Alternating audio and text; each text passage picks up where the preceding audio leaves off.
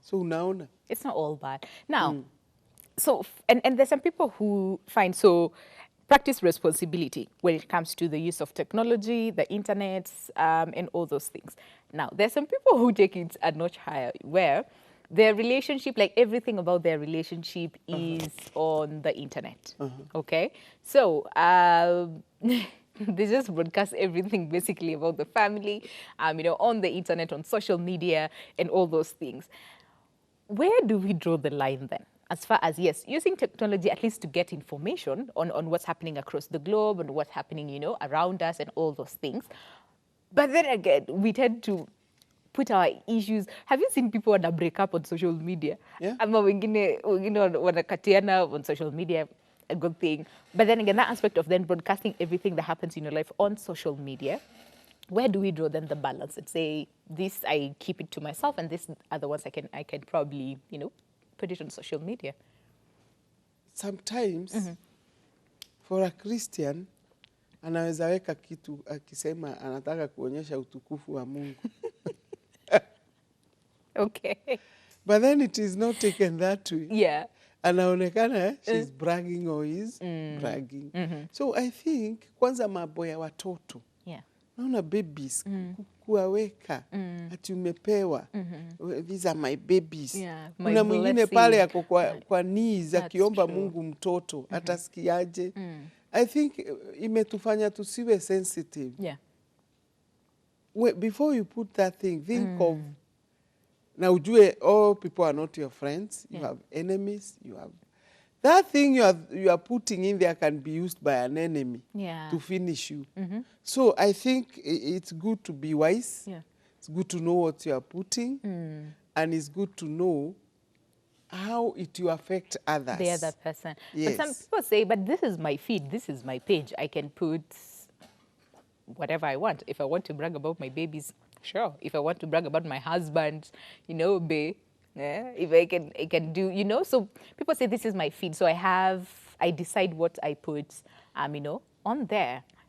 Sometimes you can do something inaonekana ni kama hata una worship. Yeah. Naona? Every day, maybe you are putting your baby in this suit, in this day. People don't take it. Okay, you don't care about people, but care about God. Because that same God who has given you those two kids you are showing all over is the same God who has not given the other woman. Yeah. And I have seen things happening. And I remember somebody who used to put her in the hubby. Sijui whether she was hurting a girl who was left or I don't know, because mi nikiangalia naona hata wakiwa sitting room ameweka, wakitembea, wakiwa out, wakiwa sometimes inaenda too much. Mungu anasema he does not share any glory with anybody. Yeah. Na ukionekana ni kama unaweka glory kwa hiyo kitu ama Something huyo else. mtu Yeah. ama huyo mtoto, God says he's a jealous God. Can you imagine? Unfortunately, that man was taken by God. Oh, no. And I like empathizing with people who have gone through something. And I was wondering within myself, is it that she went too far? Because if you glorify something, God takes it away. So that you concentrate with him. Yeah. So saa ingine tusiangalie tu just, I don't care, it's my page.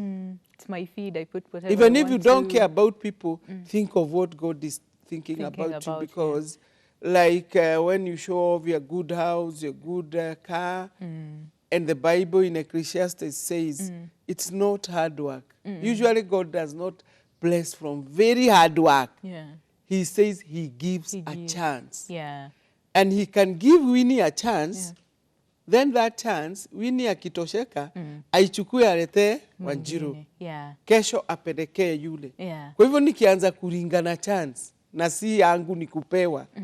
I think let's be a bit sensitive. Yeah, be a bit sensitive. And know what we are putting and know. Especially wachana na watu kwa sababu kuna wale watasema ni sawa, kuna wale watakataa. True.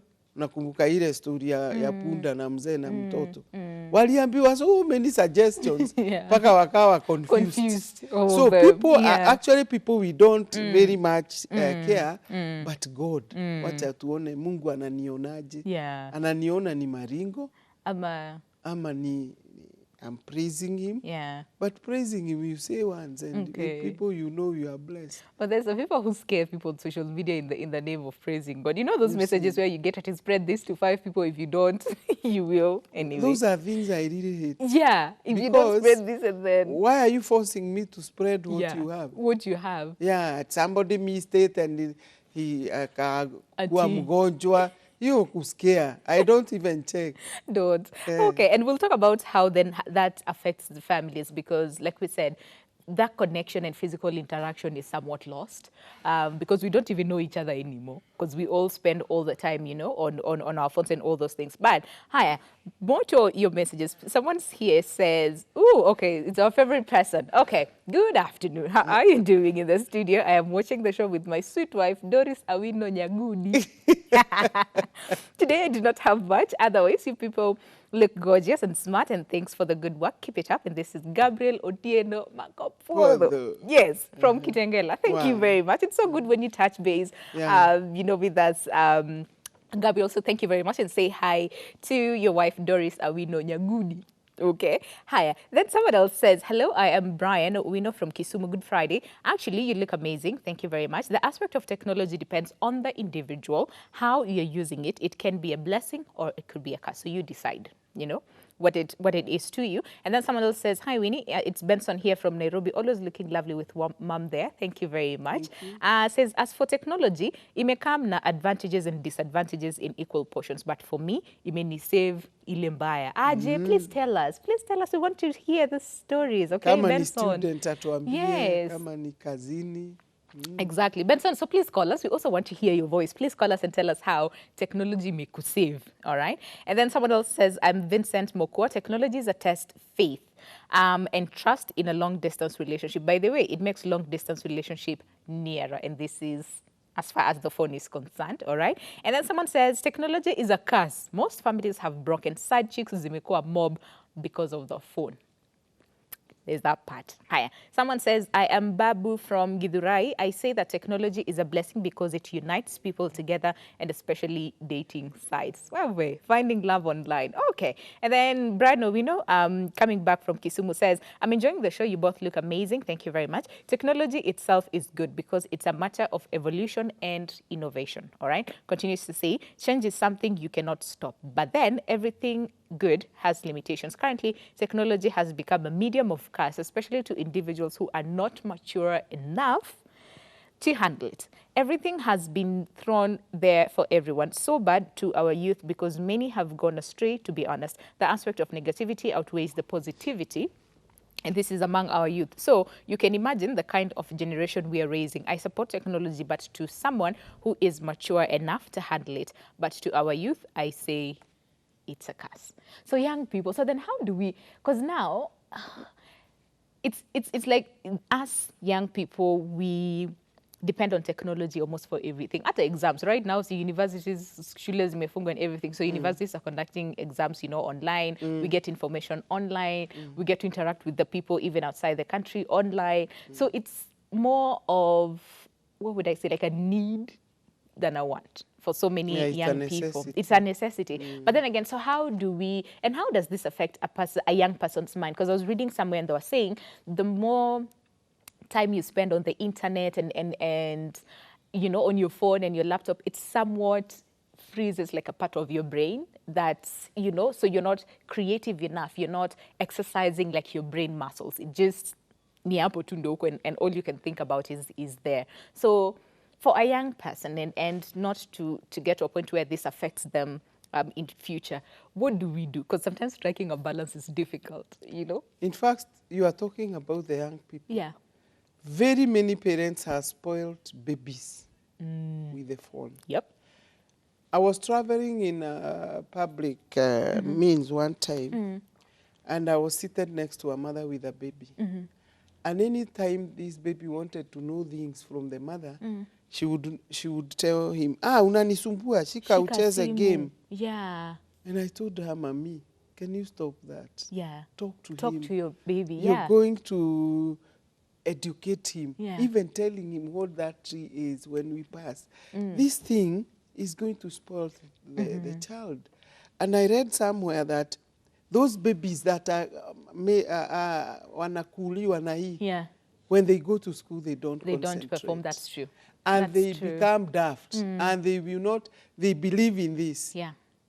And, for all the answers to life. Yeah. Na ameanza akiwa mtu hata hajatembea. Yeah. So I wish parents would know that kupatia mtoto simu ndio anyamaze, ndio acheze hizo game. You are not even checking the games. Yeah. You just want to make him happy. Yeah. No, ama akilia unampe simu. Hapana, tumeanza vibaya sana. Yeah. And those kids, they are the children who go to disturb teachers in school. Hashiki. They don't concentrate. Their brains were affected. But we thought we were doing good. Yeah. But wherever I go and see people doing that, I tell them openly. Yeah. Namwambia wacha kupatia mtoto simu. Because huyo mtoto ataendelea hivyo.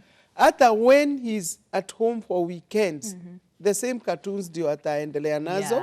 Hata kwa TV, they don't study. No. They hate books. They love the phone. Yeah. So what are you doing? Exactly. And so anaendelea hivyo, especially those of us who are able. You can buy a most of them, you bribe them. You say, do well in school, nitakunulia simu. Or on your birthday. What do you want when you become number 3? Yes. Smartphone. Or and a very expensive smartphone at that. Or an iPad. Yeah. And they are very expensive. But you see, they have everything. Hakuna kitu itatolewa kwa sababu ya huyu na huyu. Na mimi nimekwambia nikiona kitu dati ninaondoa. Young person But for a child, no. Yeah. A young person won't. And he will run to another one. Na pengine ni pornography. Yeah. Pengine ni zile tunaita blue films. Zile watu walikuwa wana watch them. Nilikuwa nasikia, sikuwahi kubali. Because they really ruin your brain. They do. And when they ruin your brain, when that is all what is in your mind, that is what you'll do. True. Most young people have turned to masturbation because of the phone. Others have become sex addicts because of the phone. Others have become drug addicts because they watch what happens. So even parents, wacha kufikiria tu ukipeana simu, that's all. Fuata. Yeah, because that's true. Because I've also seen families do the same, where mtoto analia, nini unalia, anapewa simu, shika cheza. And then you think that your child is actually playing games, but kumbe mtoto ana watch something. So, okay. You are training, atajua all the where to touch, akiwa toddler. Yeah. All right, let's answer a phone call. Sami from Kasarani, good afternoon. Afternoon, how are you? Good, how are you? I'm good. Thank you very much for calling us. Do you have a question, a comment, a story to share? I would like to say technology is more of has made many families to become incapacitated, especially students. They cannot think and use their brain to 35% every day. So it has become a kind of a dependency. And it is not actually helping a lot because most of the students do not know even how to spell their names or write an easy. And secondly, it breaks the family relationship. You can't communicate effectively with your daughter, with your son, or as a couple. So I would like also people to put a limit. When you come home, like in my house, by 8, all phones are off.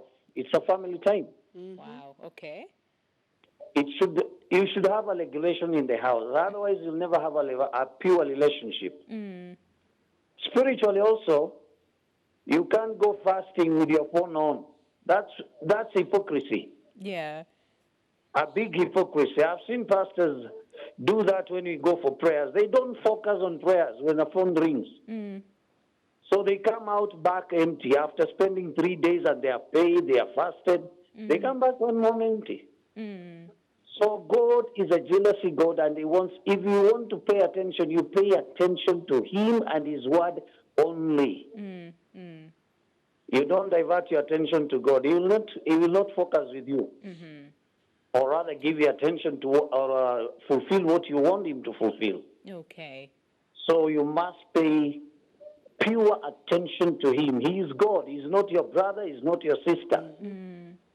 So you need to give him that reference. Okay.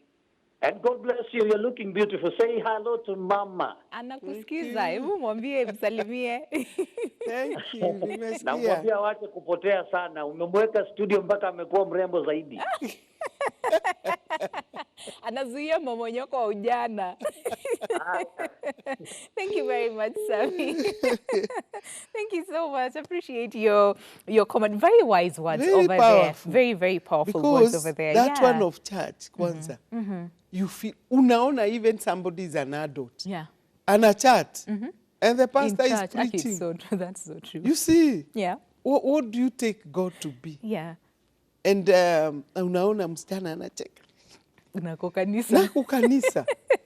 I think the way he has said Yeah. it, kutoka saa mbili wazime, waongee, you see, that is where now they will discuss. That dad, you'll be able to tell the children, God is not a young person like you. Yeah. God is almighty, God is powerful, and he's a jealous God. Yeah. You cannot go misbehaving, and he leaves you. Yeah. Those kids, you know.